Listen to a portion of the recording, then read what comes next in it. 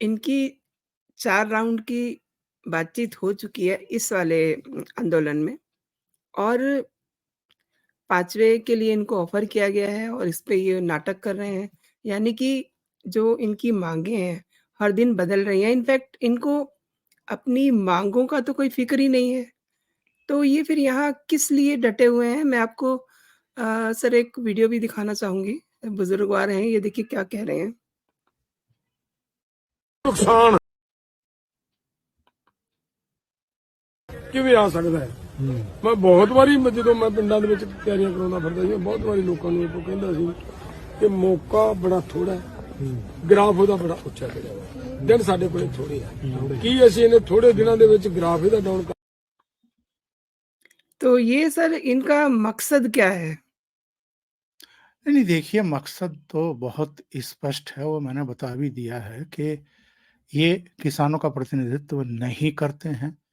ये पंजाब के उन व्यापारियों, आढ़तियों, अमीर किसानों जिनके स्वार्थ टिके हुए हैं कुछ दूसरे तौर तरीकों पर और जिन्होंने अपनी करोड़ों-करोड़ों की कोठियाँ खड़ी कर रखी हैं, जो बड़े-बड़े फार्म हाउस के मालिक हैं, जिनके यहाँ देशी-विदेशी गाड़ियाँ खड़ी हुई हैं, जिनके जो ठाट-बाट हैं, जो रहन-सहन है, वो एकदम एक अलग ही स्तर का है, ये सारा उनका खेल है। और वो लोग समय असमय जो है, सुपारियाँ लेकर के इस तरह की बदमज़गी पैदा करते हैं, इस तरह की अव्यवस्था पैदा करने की कोशिश करते हैं। तो ऐसे लोगों से उसी तरीके से निपटे जाने की ज़रूरत है। दिक्कत ये हो रही है कि इस समय पंजाब में जो गवर्नमेंट है, वो आम आदमी पार्टी की है। जी। इससे पहले कांग्रेस की सरकार थी, जब वो 13 महीने का आंदोलन चला था। उस समय शुरू में तो कैप्टन अमरिंदर सिंह मुख्यमंत्री थे, बाद में चरणजीत चन्नी को बना दिया गया। चरणजीत चन्नी एक बहुत ही कमज़ोर और अनुभवहीन नेता थे कांग्रेस के, लेकिन कैप्टन अमरिंदर सिंह कम से कम एक समृद्धशाली जो राजनीतिक विरासत है, उसकी अगली पीढ़ी को रिप्रेजेंट करते थे और बाकी सारी चीज़ें हम अगर अनदेखी कर भी दें, तो कैप्टन अमरिंदर सिंह कम से कम एक ऐसे नेता हैं, जो देश हितों से कभी भी समझौता नहीं कर सकते हैं। उनका जी। मिलिट्री का बैकग्राउंड है, वो एक महाराजा के सुपुत्र हैं, पटियाला राजघराने से ताल्लुक़ रखते हैं। उनके विचार आप देख लीजिए, उनकी सोच आप देख लीजिए। उस समय भी जब ये लोग 13 महीने के आंदोलन की तैयारियां कर रहे थे, उनकी कम से कम 2 मुलाकातें उस समय प्रधानमंत्री नरेंद्र मोदी से और गृह मंत्री अमित शाह से हुई थी।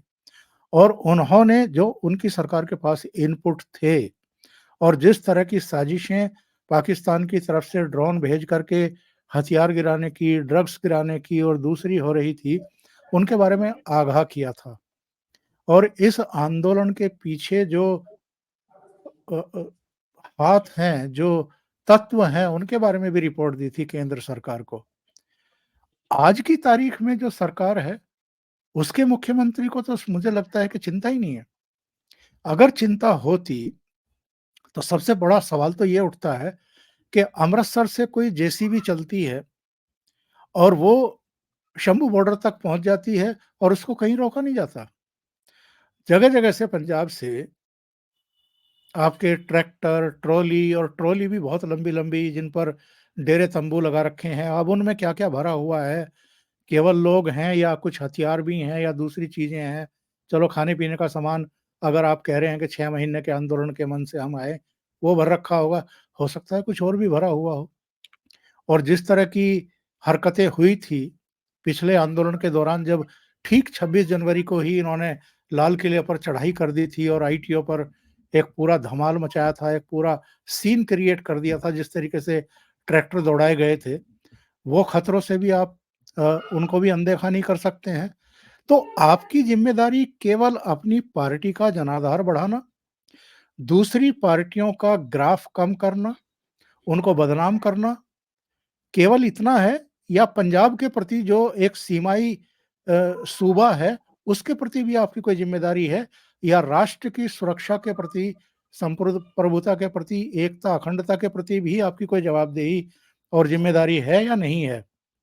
इन इन बातों के जवाब तो पंजाब गवर्नमेंट को और वहाँ के मुख्यमंत्री को देने पड़ेंगे कि आपने इतने हथियारों के साथ, इतने बड़े-बड़े जो उपकरण हैं, पोकलैन मशीनें, जेसीबी और ट्रैक्टर को जिस तरीके से उन्होंने टैंक नुमा जो है बनाया है ताकि गोली का या दूसरी चीज़ों का कोई असर ही ना हो, वहाँ तक कैसे पहुँचने दिया आपने? और बाकी की बातें छोड़ दीजिए, मेरी बात भी छोड़ दीजिए। क्या किसी गवर्नमेंट को ये पता नहीं है कि मोटर व्हीकल एक्ट में क्या-क्या प्रावधान है? क्या एग्ज़ैक्टली। आपको ये पता नहीं है कि ट्रैक्टर्स को हाईवे पर, एक्सप्रेस वे पर नहीं लेकर के जाया जा सकता? उनको सवारी की तरह इस्तेमाल नहीं किया जा सकता? जब हाई कोर्ट बताएगी तभी आपको पता लगेगा। और हाई कोर्ट के बताने के बावजूद, दिशा निर्देशों के बावजूद कि आप भीड़ इकट्ठी ना होने दें,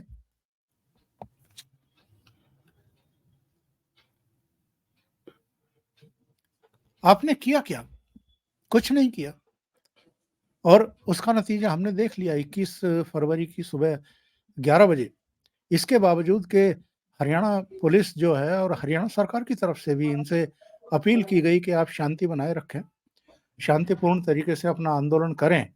और डीजीपी हरियाणा ने डीजीपी पंजाब को एक चिट्ठी लिखी जिसमें कहा गया, बताया गया कि वहाँ पर किस-किस तरह के उपकरण ये लोग लेकर के पहुँच गए हैं, जिनसे ये लोग बैरिकेडिंग और दूसरी चीज़ें तोड़ने की कोशिश करेंगे, जिसमें जो हमारे पुलिस बल हैं और अर्धसैनिक बल हैं, उनको चोट भी लग सकती है, नुकसान भी हो सकता है, तो आप इनको हटवाइए।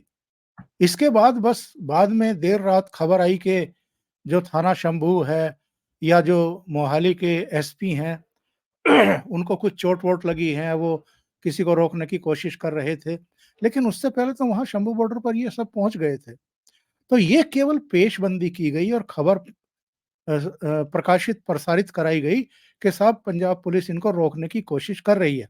क्योंकि कल को अगर सुनवाई होगी हाई कोर्ट में तो जवाब देना पड़ेगा ना कि जी, जी। आपने क्या हाई कोर्ट के निर्देश के बाद ही ये सब किया या उससे पहले ही आपने अपने कर्तव्य को निभाया। और कल को अगर होम मिनिस्ट्री या मोदी सरकार, कैबिनेट अगर राज्यपाल से रिपोर्ट मंगा करके 356 का उपयोग करती है और भगवंत मान सरकार को बर्खास्त करती है क्योंकि आपने अराजकता को नहीं रोका, कानून व्यवस्था को बना करके नहीं रखा, तो उसके बाद भी इनको जवाब देना पड़ेगा। जब कोर्ट में जाएँगे ये राष्ट्रपति शासन लागू करने के खिलाफ अपील लेकर के, वहाँ भी इनको जवाब देना पड़ेगा कि आपने किया क्या कानून व्यवस्था बनाए रखने के लिए? क्योंकि ये एक फिट केस है। पंजाब और पश्चिम बंगाल दोनों में अगर मोदी सरकार इच्छा शक्ति दिखाए, तो दोनों जगह इस समय राष्ट्रपति शासन लागू कर सकती है। दोनों जी। ही जगह कानून व्यवस्था जो है पूरी तरीके से चौपट दिखाई दे रही है। आपने सही कहा कि वाक़ई में बड़ी हैरानी की बात है कि हाईकोर्ट ने सुनवाई के दौरान कई बातों का संज्ञान लिया, लेकिन भगवंत मान ने इस ओर ध्यान नहीं दिया और मज़ेदार बात ये है कि देखिए, जो आप पार्टी की सरकार है पंजाब में और जो उसके सुप्रीमो हैं, वो अपनी विधानसभा में क्या कह रहे हैं, मैं ज़रा आपको वो भी दिखा देती हूँ। अरे जी, दिल्ली तो कोई भी आ सकता है, दिल्ली तो देश की राजधानी है। उनके पास कोई हथियार नहीं है, कुछ नहीं है, आने दो दिल्ली में। हमने भी तो रामलीला मैदान में आंदोलन किया था, रामलीला मैदान दे दो, बैठ जाएंगे बेचारे। अपना अधिकार, अपनी आवाज उठाने का तो सबको अधिकार है आर्टिकल 19 के अंदर संविधान के। किसानों को नहीं आने देते, ना उनकी फसलों का दाम, वो क्या मांग रहे? तो सर ये बेचारे बता रहे हैं इन किसानों को, जो अपने ट्रैक्टर्स और अपने जो वाहन लेके आए हैं, बिल्कुल टैंक का रूप दिया हुआ है। इनके वक्तव्य पे आप क्या कहते हैं? क्योंकि मूल जड़ यही है। देखिए, बात ये है कि अरविंद केजरीवाल बार-बार ये सिद्ध करने में लगे हुए हैं कि मैं बहुत ही गैर ज़िम्मेदार और बहुत ही जवाबदेही से मुक्त एक ऐसा अराजक नेता हूँ कि जिसको ना इस सीमाई राज्य पंजाब की जो संवेदनशीलता है, जो सिक्योरिटी है, उसकी कोई चिंता है और ना ही इस बात की कि जो जहाँ के ये मुख्यमंत्री बने हुए हैं, यानी राजधानी दिल्ली, हुँ, हुँ। एनसीटी दिल्ली सरकार के उसकी संवेदनशीलता क्या है? यहाँ पर सुप्रीम कोर्ट है, यहाँ प्रधानमंत्री हैं, यहाँ राष्ट्रपति हैं, यहाँ उपराष्ट्रपति हैं, यहाँ पार्लियामेंट है, यहाँ दुनिया भर के देशों के राजदूत और उच्चायुक्त रहते हैं। यानी पूरी दुनिया के जो हाईएस्ट टॉप मोस्ट अधिकारी हैं, वो दिल्ली में रहते हैं। तो दिल्ली में जो इन्होंने ड्रामा किया था, बेचारे किसानों ने हुँ, 26 हुँ। जनवरी 2022 को 2021 को, तो इन बेचारों ने जो कुछ ड्रामा किया था, वो याद नहीं है क्या इनको? और लाल किले पर चढ़ने से पहले तो सुरक्षा बलों, दिल्ली पुलिस के जवानों को भी मारा-पीटा गया, अर्धसैनिक बलों को भी मारा-पीटा गया, उनको नाले में ठेल दिया गया, लाहौरी गेट के पास। और फिर ये लाल किले पे चढ़ कर के इन्होंने जो ड्रामा किया था, वहाँ पर जिस तरीके से एक धार्मिक झंडा लहराने की कोशिश की थी, जिसको पाकिस्तानी मीडिया ने एक दूसरे तरीके से प्रचारित करने की कोशिश की थी पूरी दुनिया में कि 1947 में जिस लाल किले पर भारतीय ध्वज फहराया गया था, उस पर आज खालिस्तानी झंडा फहरा दिया गया है। इस तरह की बातें फैलाई गई थी। तो क्या गवर्नमेंट ऑफ इंडिया, मोदी सरकार एक बार फिर इन लोगों को दिल्ली में आने का मौका दे दे और ट्रैक्टर के साथ आने का मौका दे दे और टैंक नुमा ट्रैक्टर के साथ आने का मौका दे दे? चाहते क्या है ये? इसका मतलब ये है कि एक सरकार नहीं, 2-2 सरकारें बर्खास्त करनी चाहिए।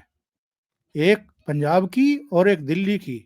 तो इनको थोड़ी तमीज़ भी आ जाएगी, इनको आँखें भी हो जाएँगी, इनको ये भी पता लग जाएगा कि ये जिस संवैधानिक पद पर बैठे हुए हैं, यानी चीफ मिनिस्टर के पद पर, तो चीफ मिनिस्टर की ज़िम्मेदारियाँ क्या होती हैं। ठीक है, हर आदमी को, हर पार्टी के नेता को अपनी पार्टी की राजनीतिक ज़मीन जो है वो बढ़ाने का हक है, लेकिन ये हथकंडे अपनाएँगे, ये तौर-तरीके अपनाएँगे और इस तरह के तत्वों को आप बेचारे किसान कहकर के संबोधित करेंगे। उनका तो किसानी से, खेती से दूर-दूर तक का वास्ता नहीं है।